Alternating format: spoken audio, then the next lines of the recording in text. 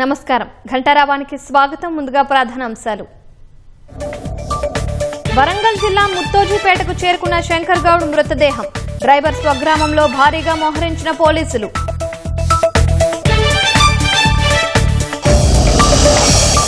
డిమాండ్లు పరిష్కరించే వరకు వెనక్కి తగ్గేది లేదన్న కార్మికులు. నేడు అన్ని డిపోల వద్ద మౌన ప్రదర్శనకి ఆర్టీసీ ఐకాసా పిలుపు. కాసేపట్లో ఉప ముఖ్యమంత్రి భట్టి ఆధ్వర్యంలో ఆర్టీసీ కార్మికులతో చర్చలు. సమ్మె విరమించాలని విజ్ఞప్తి చేసిన రాష్ట్ర మంత్రివర్గం. కాళేశ్వరంపై సీబీఐ విచారణకు ఒత్తిడి తేవాలని మంత్రివర్గం నిర్ణయం. దర్యాప్తు సంస్థ డైరెక్టర్ను స్వయంగా కలవనున్న రేవంత్, ఉత్తమ్.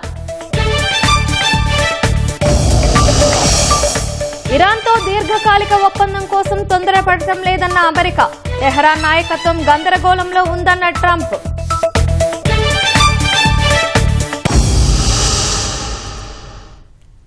వరంగల్ జిల్లా నర్సంపేటలో ఆత్మహత్యాయత్నం చేసుకున్న RTC driver Shankar Goud Hyderabad DRDO Apollo ఆసుపత్రిలో అత్యవసర చికిత్స పొందుతూ మృతి చెందారు.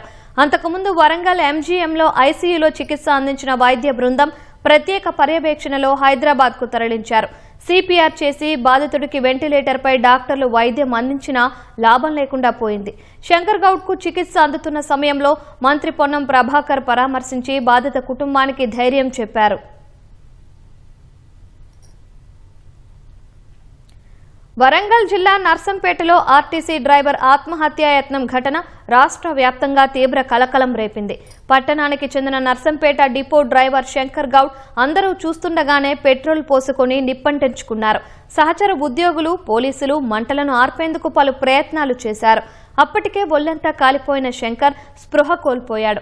హుటాహుటిన బాధితుడిని ముందుగా నర్సంపేట ఏరియా ఆసుపత్రికి, అక్కడి నుంచి వరంగల్ ఎంజీఎంకు తరలించారు.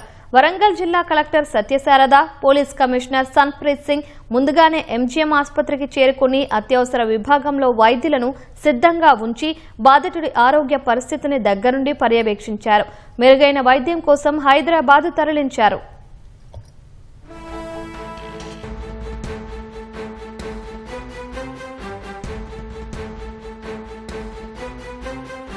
శంకర్ గౌడ్ ను హుటాహుటిన డీఆర్డీఓ అపోలో ఆసుపత్రికి తీసుకొచ్చిన వెంటనే వైద్యులు అతనికి అత్యవసర చికిత్స అందించారు. 8 నిమిషాలకు పైగా సిపిఆర్ చేశామని వైద్యులు తెలిపారు.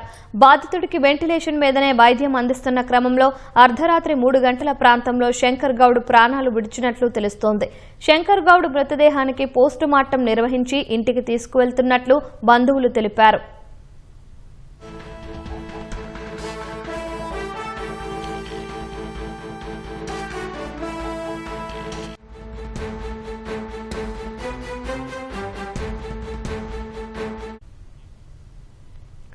శంకర్ గౌడ్ కు డీఆర్డీఓ అపోలో ఆసుపత్రిలో చికిత్స అందుతున్న వేళ మంత్రి పొన్నం ప్రభాకర్ పరామర్శించారు. శంకర్ గౌడ్ కుటుంబ సభ్యులు ధైర్యంగా ఉండాలని, ప్రభుత్వం అండగా ఉంటుందన్నారు. సమ్మె చేస్తున్న ఆర్టీసీ కార్మికులు తీవ్రమైన ఆందోళనతో ఉద్వేగానికి గురై ఆత్మహత్య ప్రయత్నాలకు వెళ్లడం అత్యంత బాధాకరమని సినీ నటి ఎమ్మెల్సీ విజయశాంతి అన్నారు. తెలంగాణ అమరులు తమ పోరాటాలతో తెలంగాణ సాధించుకున్నది తిరిగి సమస్యలతో ఆత్మ బలిదానాల కోసం కాదని గుర్తు చేశారు.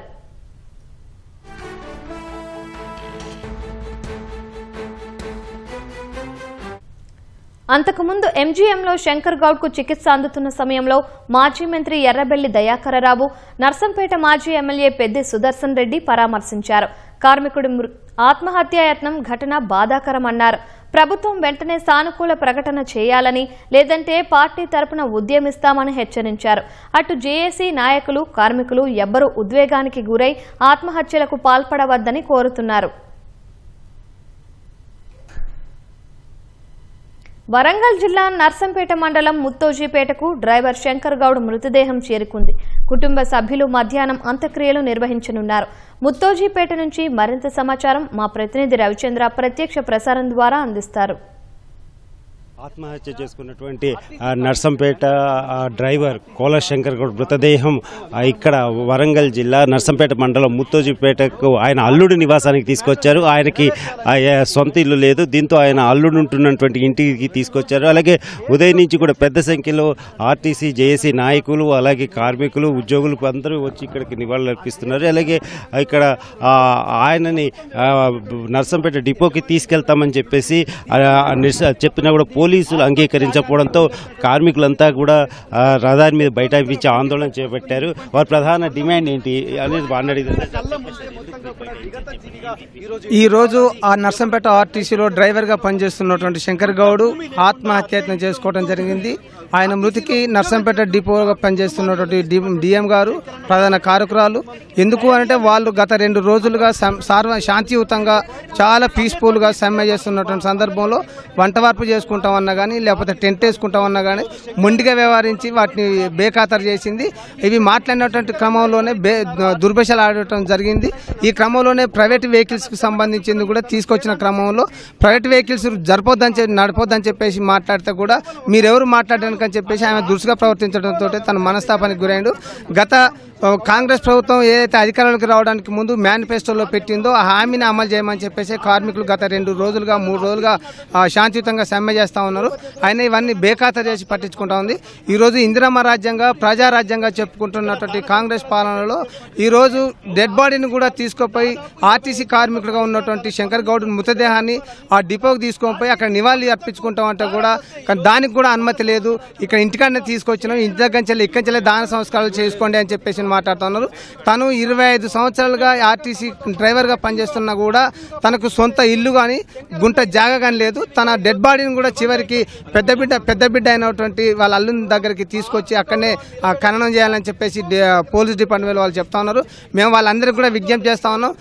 ప్రజారాజ్యంగా ఇందిరమ్మ రాజ్యంగా చెప్పబడుతున్నటువంటి ఈ పాలనలో ప్రజలు ఎక్కడ కూడా వైలెన్స్ చేయడానికి అవకాశం లేదని చెప్పేసి కూడా మేము కూడా చెప్పినాం, కార్మికులు కూడా చెప్పినారు. శాంతియుతంగానే తీసుకుపోతామని చెప్పినాం. అవసరమైతే మీ పోలీస్ ఎస్కార్ట్నే పెట్టండి, మేము వెనక వరుసలో ఉంటామని చెప్పేసి అన్నా కూడా పోలీసు వాళ్ళు సహకరించట్లేదు. ఇది మంచి పద్ధతి కూడా కాదు. ఒకవేళ శాంతియుతంగా చేసుకోవడానికి అవకాశం లేకపోతే డెడ్ బాడీని అక్కడ తీసుకోపోతే ఆ డెడ్ బాడీని తీసుకుపోయేంత వరకు ఇక్కడ రాస్తారోకో చేస్తామని చెప్పేసి ఈ సందర్భంగా తెలియజేస్తాను. రాజేందర్, IFTU జిల్లా కార్యదర్శి. ధన్యవాదాలండి. ఏదైతే మృతదేహాన్ని నివాళులు అర్పించడానికి తోటి ఉద్యోగులు కార్మికులంతా కూడా నర్సంపేట డిపోలో ఉన్నారు, అక్కడ నివాళులు అర్పించడానికి తీసుకువెళ్తామని అందుకు పోలీసులు అనుమతించాలి వీరంతా డిమాండ్ చేస్తున్నారు. అయితే పోలీసులు మాత్రం శాంతి భద్రతల సమస్య ఏర్పడుతుందని చెప్పేసి దానికి అంగీకరించకపోవడంతో కొంత ఉద్రిక్త పరిస్థితి నెలకొంది. కార్మికులంతా రోడ్డుపై బైఠాయించి ఎట్టి పరిస్థితుల్లో కూడా మృతదేహాన్ని తీసుకెళ్లాల్సిందే అని చెప్పి వాళ్ళంతా కూడా డిమాండ్ చేస్తున్నారు. అలాగే ఆర్టీసీ డిపో సంబంధించినటువంటి ఉన్నతాధికారులు ఎవరు కూడా ఇప్పటివరకు రాలేదు అదే వీరంతా కూడా పేర్కొంటూ వారిపై మండిపడుతున్నారు. ఇక ఉమ్మడి జిల్లా వ్యాప్తంగా కూడా ఇవాళ జేఏసీ నేతలు బంద్కు పిలుపునిచ్చారు. వ్యాపార వాణిజ్య సంస్థలు కూడా సహకరించాలని వారంతా కోరుతున్నారు. ఇక కాకతీయ యూనివర్సిటీలో ఇవాళ రేపు జరగాల్సిన పరీక్షలు కూడా వాయిదా పడ్డాయి బంద్ కారణంగా. ఇక మధ్యాహ్నం సమయంలో అంత్యక్రియలు జరుగుతాయి. ఇప్పటికే పెద్ద సంఖ్యలో కార్మిక సంఘ నాయకులంతా కూడా వచ్చి కోల శంకర్ గౌడ్ మృతదేహానికి నివాళులర్పిస్తున్నారు. Over to studio.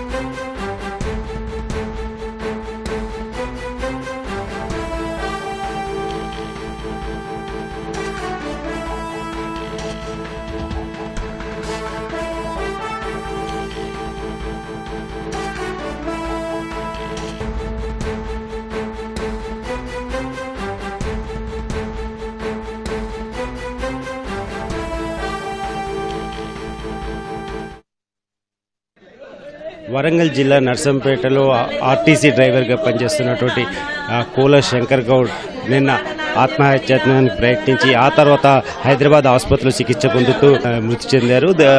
ఈ ఉదయం ఆ మృతదేహం ఇక్కడ నర్సంపేట మండలం ముత్తోజిపేటకు చేరుకుంది. ఇక ఆయన భార్య అలాగే కుమార్తె కన్నీరు మున్నీరుగా విలిపిస్తున్నారు. చెప్పండి.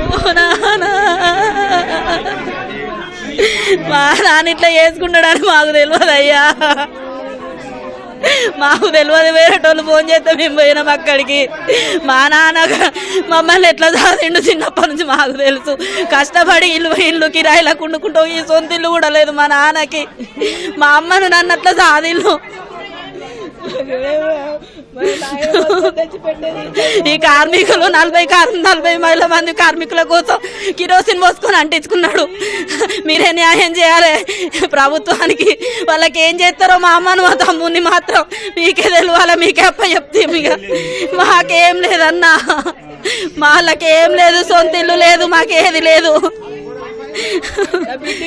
వచ్చినావు సొంత ఇల్లు లేక నా బిడ్డ ఇంటికి వేసుకొచ్చినావు. ఆయనను జాగలేదు, ఇల్లు లేదు, ఏం లేదు. కొన్ని ఏళ్ళు కలిసి కిరాయి ఉంటూ ఉన్నాడు సభ్యుట్ల. డ్యూటీ ఏందో ఆయన ఏందో ఆయన కథ ఏందో చేసుకునేది. ఇల్లు కట్టుకుందామయ్యా అంటే ఉండు పైసలు వస్తాయి అన్నాడు. ఇల్లు లేదు, ఏం లేదు. ఇల్లు లేక నా బిడ్డ ఇంటికి వచ్చి పడుకున్నాడు. 2 సంవత్సరాలు అయితే రిటైర్మెంట్ అవుతాడు. 2 సంవత్సరాలు అయితే రిటైర్మెంట్ అవుతాడు మా నాన్న.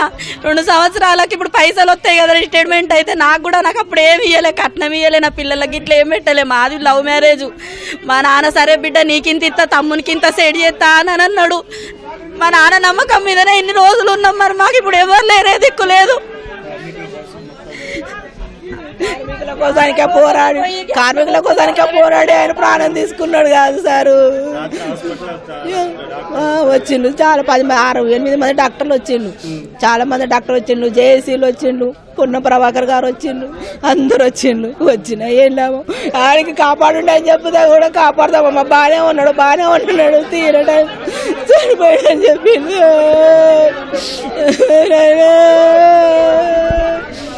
ఉద్యోగం కూడా ఇప్పుడు పాత కానాపురంలో ఉండేది వీళ్ళకి సొంతం. అక్కడ ఇల్లు అమ్ముకున్నారు, అన్నదమ్ములు ఇల్లు అమ్ముకుంటూ వచ్చిన పైసలతోటే ఈ జాబ్ కోసం అని అప్పుడు వెనకట నేను పుట్టినాక జాబ్ వచ్చింది నాన్నకు. మాకు అన్యాయం బాగా చేసిండండి, అన్యాయం చేసిండు. ఏం చెప్పిపోయిండు, ఏం చెప్పిపోలేదు.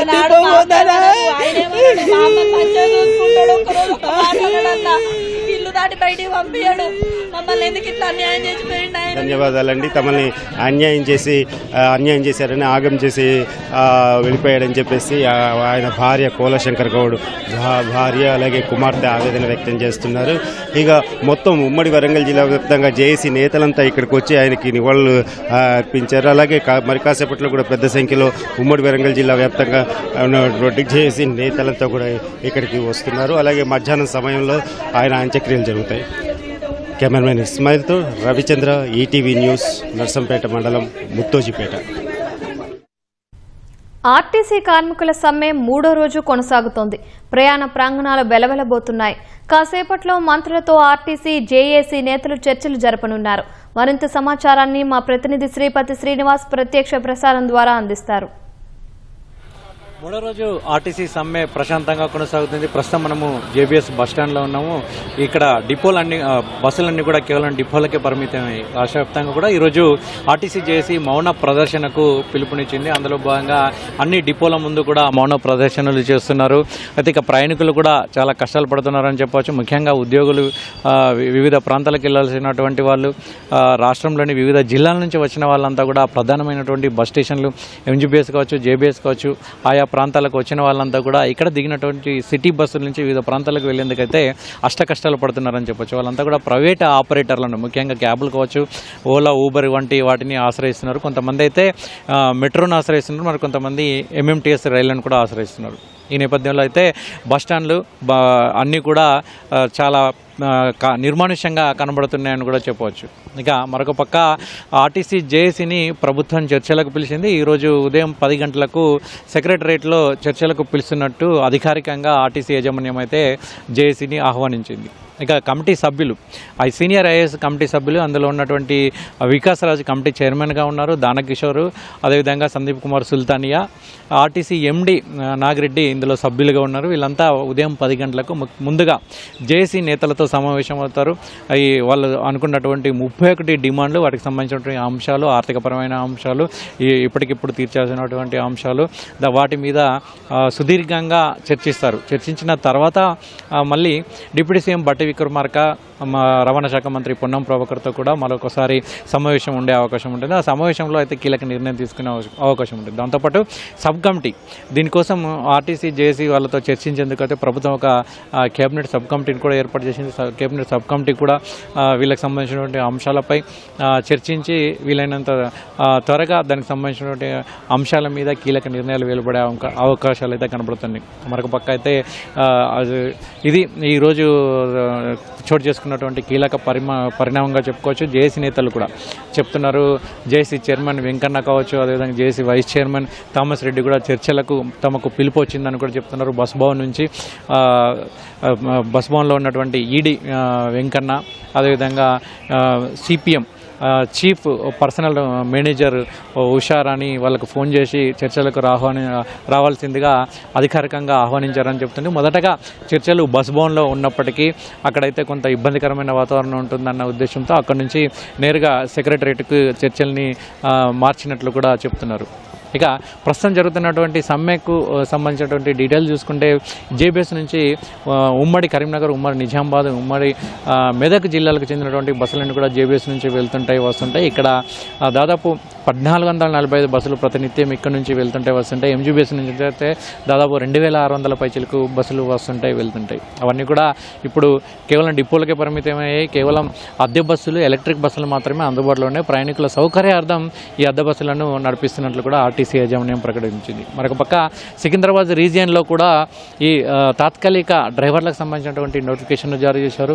డ్రైవర్లకైతే 1000 రూపాయలు హెవీ మోటార్ వెహికల్ లైసెన్స్ ఉండాలని కూడా అందులో స్పష్టం చేశారు. ఇక్కడ కండక్టర్లకు అయితే 10వ తరగతి ఉత్తీర్ణతతో వాళ్ళకు తీసుకునేందుకైతే అనుమతి ఇచ్చారు. దానికి సంబంధించినటువంటి నియామక ప్రక్రియ ఒకవైపు అయితే కొనసాగుతుంది. ప్రస్తుతం ఇక్కడ సమ్మె చేస్తున్నటువంటి జేఏసీ నేతలు ఉన్నారు. వాళ్ళని కూడా అడుగుదాం.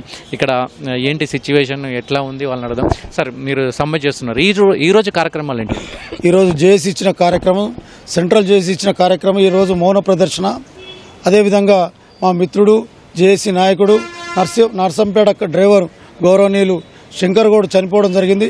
ఆయన మృతికి సంతాపనం సభ చేస్తూ నివాళులర్పిస్తూ ఈరోజు అతని ఆత్మశాంతి కావాలని అన్ని జేఏసీ ఆధ్వర్యంలో అన్ని డిపోల దగ్గర సంతాప సభ పెట్టాలని జేఏసీ నిర్ణయించింది. అదేవిధంగా మౌన ప్రదర్శన కార్యక్రమం కూడా ఇలా అన్ని డిపోల దగ్గర జరుగుతుంది.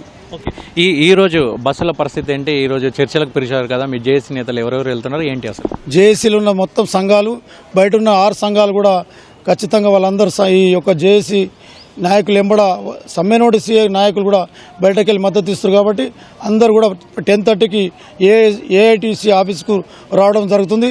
అక్కడి నుంచి జేఏసీలో ఉన్న సంఘాలు, జేఏసీలో లేని సంఘాలు కూడా 10:30 సెక్రటరియట్కు వెళ్ళడం జరుగుతుంది. ఓకే సార్, ఇది మొత్తానికైతే ప్రభుత్వం పిలిచినటువంటి చర్చలకు వెళ్ళాలని కూడా జేఏసీ నిర్ణయించింది. అందులో అవసరమైనటువంటి అంశాల మీద చర్చించేందుకైతే తాము సుముఖంగా ఉన్నట్లు చెప్తున్నారు. దాదాపు చర్చలు ప్రశాంతంగా ఫలవంతంగా ముగిసేందుకైతే తోడ్పాటు అందిస్తామని కూడా జేఏసీ నేతలు చెప్తున్నారు. ఇప్పటికే వాళ్ళంతా కూడా ఒక సమీక్ష సమావేశాన్ని నిర్వహించుకున్నారు. మళ్ళీ తర్వాత కూడా ఏఐటీసీ కార్యాలయంలో ఒక ప్రత్యేక సమావేశాన్ని ఏర్పాటు చేసుకుని అక్కడ కొన్ని కీలక నిర్ణయాలు తీసుకుని ఆ తర్వాత అక్కడి నుంచి నేరుగా సెక్రటరేట్కు చేరుకుంటారు. సెక్రటరీకి చేరుకున్న తర్వాత ప్రభుత్వం నియమించినటువంటి సీనియర్ ఐఏఎస్ల కమిటీతో ఒక సమావేశం నిర్వహిస్తారు. ఆ సమావేశంలో వాళ్ళకి సంబంధించినటువంటి అంశాలన్నీ కూడా ప్రభుత్వ దృష్టికి తీసుకెళ్తారు, అధికారుల దృష్టికి తీసుకెళ్తారు. అధికారులతో చర్చించిన తర్వాత ఆర్థికపరమైన అంశాలు కావచ్చు, లేదంటే వాటి తాత్కాలిక నిర్ణయాలు ఎప్పటికప్పుడు తక్షణం తీసుకున్నటువంటి అంశాల మీద కూడా చర్చించే అవకాశం ఉందని కూడా చెప్తున్నారు. ఆ తర్వాత ప్రభుత్వం మరొకసారి మా డిప్యూటీ సీఎం బట్టి విక్రమార్కతో పాటు రవాణా శాఖ మంత్రి పొన్నం ప్రభాకర్తో సమావేశం ఏర్పాటు చేసి ఆ తర్వాత వాళ్ళు ఒక కీలక నిర్ణయం తీసుకునే అవకాశం ఉంటుంది. అందులో జేఏసీ కూడా ఆహ్వానం ఇచ్చే అవకాశం ఉంటుంది. జేఏసీ నేతలు కూడా అందులో పాల్గొంటారు. వాళ్ళకి సంబంధించినటువంటి అభిప్రాయాలు చెప్పే అవకాశం ఉంటుంది. మొత్తానికైతే ఒక సహృద్భావ వాతావరణంలో ఈ మరికొద్ది సేపట్లోనే అంటే 10 గంటల సమయంలోనే జేఏసీ నేతలతో ప్రభుత్వ నియమించినటువంటి సీనియర్ ఐఏఎస్ల కమిటీ అయితే సమావేశమయ్యే అవకాశాలు అయితే కనబడుతున్నాయి. అందులో కీలక నిర్ణయాలు, అప్డేట్లు వెలువడే అవకాశాలు అయితే ఉంటాయి. ఇక్కడ తాజా పరిస్థితులు. Out you. కాళేశ్వరం ప్రాజెక్టుపై దర్యాప్తు చేపట్టేలా సీబీఐపై ఒత్తిడి పెంచాలని రాష్ట్ర మంత్రివర్గం నిర్ణయించింది. ఈ మేరకు సీఎం రేవంత్ రెడ్డి, మంత్రి ఉత్తమ్ కుమార్ రెడ్డి స్వయంగా సీబీఐ డైరెక్టర్ని కలవాలని నిర్ణయించారు. జస్టిస్ పీసీ ఘోష్ కమిషన్ కు సంబంధించి హైకోర్టు తీర్పుపై ఢిల్లీలో న్యాయ నిపుణులతో చర్చించి భవిష్యత్ కార్యాచరణ ఖరారు చేయాలని కేబినెట్ నిర్ణయించింది. విశ్రాంత ఉద్యోగులకు 100 రోజుల్లో రిటైర్మెంట్ బెనిఫిట్స్ బకాయిలు చెల్లించేలా కార్యాచరణ చేపట్టాలని మంత్రివర్గం నిర్ణయించింది. ప్రాథమిక వ్యవసాయ పరపతి సహకార సంఘాలకు నామినేట్ పద్ధతిన పాలక వర్గాలను నియమించేందుకు కేబినెట్ ఆమోదం తెలిపింది. హైదరాబాద్ మెట్రో స్వాధీన ప్రక్రియను కేబినెట్ ఆమోదించింది. జస్టిస్ పీసీ ఘోష్ కమిషన్ కు సంబంధించి హైకోర్టు తీర్పుపై ఢిల్లీలో న్యాయ నిపుణులతో చర్చించి భవిష్యత్ కార్యాచరణ ఖరారు చేయాలని కేబినెట్ నిర్ణయించింది. జస్టిస్ పీసీ ఘోష్ కమిషన్ నివేదికకు సంబంధించిన హైకోర్టు ఇచ్చిన తీర్పుపై మంత్రివర్గం చర్చించింది. అడ్వకేట్ జనరల్ సుదర్శన్ రెడ్డి తీర్పు సారాంశంతో పాటు భవిష్యత్ కార్యాచరణకు సంబంధించిన పలు ఆప్షన్లను వివరించారు. జ్యుడిషియల్ కమిషన్ నియామకాన్ని కమిషన్ ఇచ్చిన నివేదికను హైకోర్టు తప్పుబట్టలేదని తెలిపారు. పిటిషనర్లకు నోటీసులు ఇవ్వలేదనే సాంకేతిక కారణాలతో ఈ నివేదిక ఆధారంగా ఎలాంటి చర్యలు తీసుకోవద్దని మాత్రమే సూచించిందని వివరించారు. కాళేశ్వరంలో జరిగిన అవకతవకలు, లోపాలు, అక్రమాలపై సీబీఐ దర్యాప్తునకు ప్రభుత్వం జీవో జారీ చేసి 9 నెలలైనా సీబీఐ దర్యాప్తు ఇంకా ప్రారంభం కాలేదని కేబినెట్లో చర్చ జరిగింది. హైకోర్టు తీర్పు సీబీఐ దర్యాప్తునకు ఎలాంటి అడ్డంకిగా లేదని న్యాయ నిపుణులు తెలిపారు. హైకోర్టు తీర్పుపై ఢిల్లీలో రాజ్యసభ సభ్యుడు అభిషేక్ సింఘ్వి ఇతర న్యాయ నిపుణుల్ని సంప్రదించి సుప్రీంకోర్టుకు వెళ్లాలా లేదా అనేది వారిచ్చే సలహాలు, సూచనల ఆధారంగా నడుచుకోవాలని మంత్రివర్గం నిర్ణయించింది. విశ్రాంత ఉద్యోగులకు రిటైర్మెంట్ బెనిఫిట్ బకాయిలపై కేబినెట్ చర్చించింది. ప్రత్యేక రాష్ట్రం ఏర్పడే నాటికి ₹1 బకాయి లేదన్నారు. 10 ఏళ్లు అధికారంలో ఉన్న గత ప్రభుత్వం ఉద్యోగులకు సంబంధించి వేల కోట్ల బిల్లులు పెండింగ్లో పెట్టిందని కేబినెట్ పేర్కొంది. రిటైర్డ్ ఉద్యోగులు ఆఫీసులు, సచివాలయం చుట్టూ తిరిగే పరిస్థితి రాకుండా వెంటనే వారికి ఇచ్చే బకాయిల చెల్లింపులకు తగిన చర్యలు చేపట్టాలని నిర్ణయించింది. రెగ్యులర్ ఉద్యోగులకు ₹6,200 కోట్ల, రిటైర్డ్ ఉద్యోగులకు 8,000 కోట్లు పెండింగ్లో ఉన్నట్లు కేబినెట్ తెలిపింది. 100 రోజుల్లోగా రిటైర్డ్ ఉద్యోగుల బకాయిలు చెల్లింపు దిశగా తగిన ఏర్పాట్లు చేయాలని నిర్ణయించింది. పదవీకాలం పూర్తయిన ప్రాథమిక వ్యవసాయ పరపతి సహకార సంఘాలకు నామినేట్ పద్ధతిన పాలకవర్గాల్ని నియమించేందుకు మంత్రివర్గం ఆమోదం తెలిపింది. గచ్చిబౌలి స్టేడియాన్ని పీపీపీ పద్ధతిలో అభివృద్ది చేయాలని మంత్రివర్గం నిర్ణయించింది. ప్రస్తుతం అందుబాటులో ఉన్న 76 ఎకరాల్లో 64 ఎకరాల్లో 21 రకాల క్రీడలకు సంబంధించిన సౌకర్యాలు కల్పించడంతో పాటు అవుట్డోర్ స్టేడియం సామర్థ్యం 20,000 నుంచి 50,000కు పెంచాలని నిర్ణయించింది. స్విమ్మింగ్ పూల్ సామర్థ్యం పెంపు సహా స్పోర్ట్స్ యూనివర్సిటీ ఏర్పాటు, క్రీడాకారులకు వసతి, శిక్షణ సదుపాయాలు కల్పించడానికి కేబినెట్ ఆమోదం తెలిపింది. మంథని నియోజకవర్గంలోని మహదేవ్పూర్, కాటారం, మల్హర్రావు, మహాముత్తారం మండలాల్లోని దాదాపు 45,000 ఎకరాలు, 63 గ్రామాల ప్రజలకు ఉపయోగపడే చిన్న కాళేశ్వరం ప్రాజెక్టు భూసేకరణ పూర్తి చేయాలని కేబినెట్ నిర్ణయం తీసుకుంది. మిగిలిన భూసేకరణకు అవసరమయ్యే 166,67 లక్షల ప్రతిపాదనలకు కేబినెట్ ఆమోదం తెలిపింది. శ్రీపాద ఎల్లంపల్లి ప్రాజెక్టు పరిసరాల్లో మంచిర్యాల జిల్లా హాజీపూర్ రెవెన్యూ పరిధిలో ఇంటిగ్రేటెడ్ ఆక్వా పార్కు ఏర్పాటుకు మంత్రివర్గం ఆమోదం తెలిపింది. ఇరిగేషన్ డిపార్ట్మెంట్కు చెందిన 85.10 ఎకరాల్ని మత్స్యశాఖకు కేటాయిస్తూ నిర్ణయం తీసుకుంది. ఇరాన్తో దీర్ఘకాలిక ఒప్పందం కుదుర్చుకునే విషయంలో తాను తొందరపడటం లేదని అమెరికా అధ్యక్షుడు డొనాల్డ్ ట్రంప్ స్పష్టం చేశారు. 2 వారాల కాల్పుల విరమణ సమయంలో ఇరాన్ తన సైనిక మౌలిక సదుపాయాలను పునర్నిర్మించుకుని ఉండొచ్చని ఆయన చెప్పారు. అయితే వాటన్నింటినీ ఒక్కరోజులోనే ధ్వంసం చేయగల సామర్థ్యం తమ సైనికులకు ఉందని తేల్చి చెప్పారు. మరికొన్నాళ్లు ఇంధన ధరల్లో పెరుగుదల ఉంటుందని, వాటికి అమెరికన్లు సిద్ధపడాలని సూచించారు. మరోవైపు ఇరాన్ రాజధాని టెహ్రాన్లో గగనతల రక్షణ వ్యవస్థలు యాక్టివేట్ కావడం చర్చనీయాంశంగా మారింది. శ్వేత సౌధంలోని ఓవల్ కార్యాలయంలో జరిగిన ఒక కార్యక్రమంలో పాల్గొన్న అమెరికా అధ్యక్షుడు డొనాల్డ్ ట్రంప్ ఇరాన్ యుద్ధంపై మీడియా ప్రశ్నలకు ఆసక్తికర సమాధానాలు ఇచ్చారు. తమతో శాంతి ఒప్పందం కుదుర్చుకునేందుకు ఇరాన్కు గడువు విధించాలని అనుకోవడం లేదని ట్రంప్ తెలిపారు. ప్రస్తుతం ఇరాన్ అగ్రనాయకత్వం గందరగోళంలో ఉందన్నారు. దాని నుంచి కోలుకునేందుకు వారికి సమయమిస్తానని చెప్పారు. ఇరాన్తో యుద్ధం నిర్దేశించుకున్న గడువును మించి సాగుతోందని ఓ జర్నలిస్టు ప్రశ్నించగా, పోరు ప్రారంభమైన తొలి 4 వారాల్లోనే ఇరాన్ సైన్యాన్ని బలహీనపర్చామని ట్రంప్ చెప్పారు. ప్రస్తుతం తన ధ్యాసంతా మెరుగైన ఒప్పందం కుదుర్చుకోవడంపైనే ఉందన్నారు. వారు ఒప్పందం కుదుర్చుకోకపోతే ఇరాన్ సైన్యాన్ని నామరూపాలు లేకుండా చేస్తామని ట్రంప్ మరోసారి హెచ్చరించారు.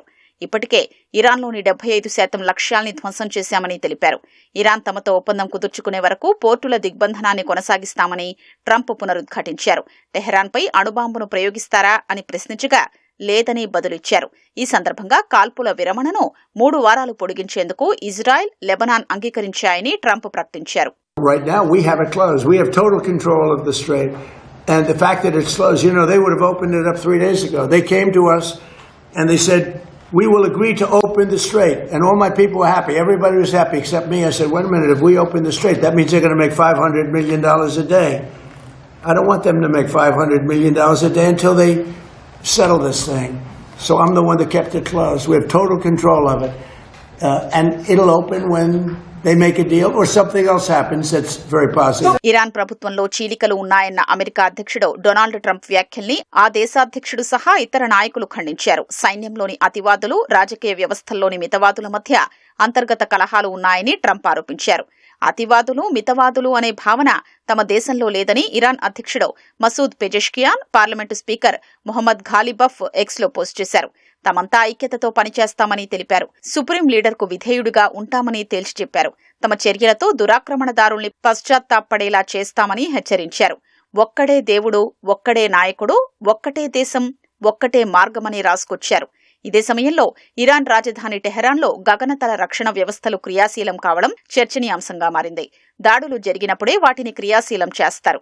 అయితే కాల్పుల విరమణ కొనసాగుతోందని, ముందస్తు సన్నాహాల్లో భాగంగా టెహరాన్ వాటిని క్రియాశీలం చేసి ఉంటుందని అమెరికా అధికారి ఒకరు చెప్పారు.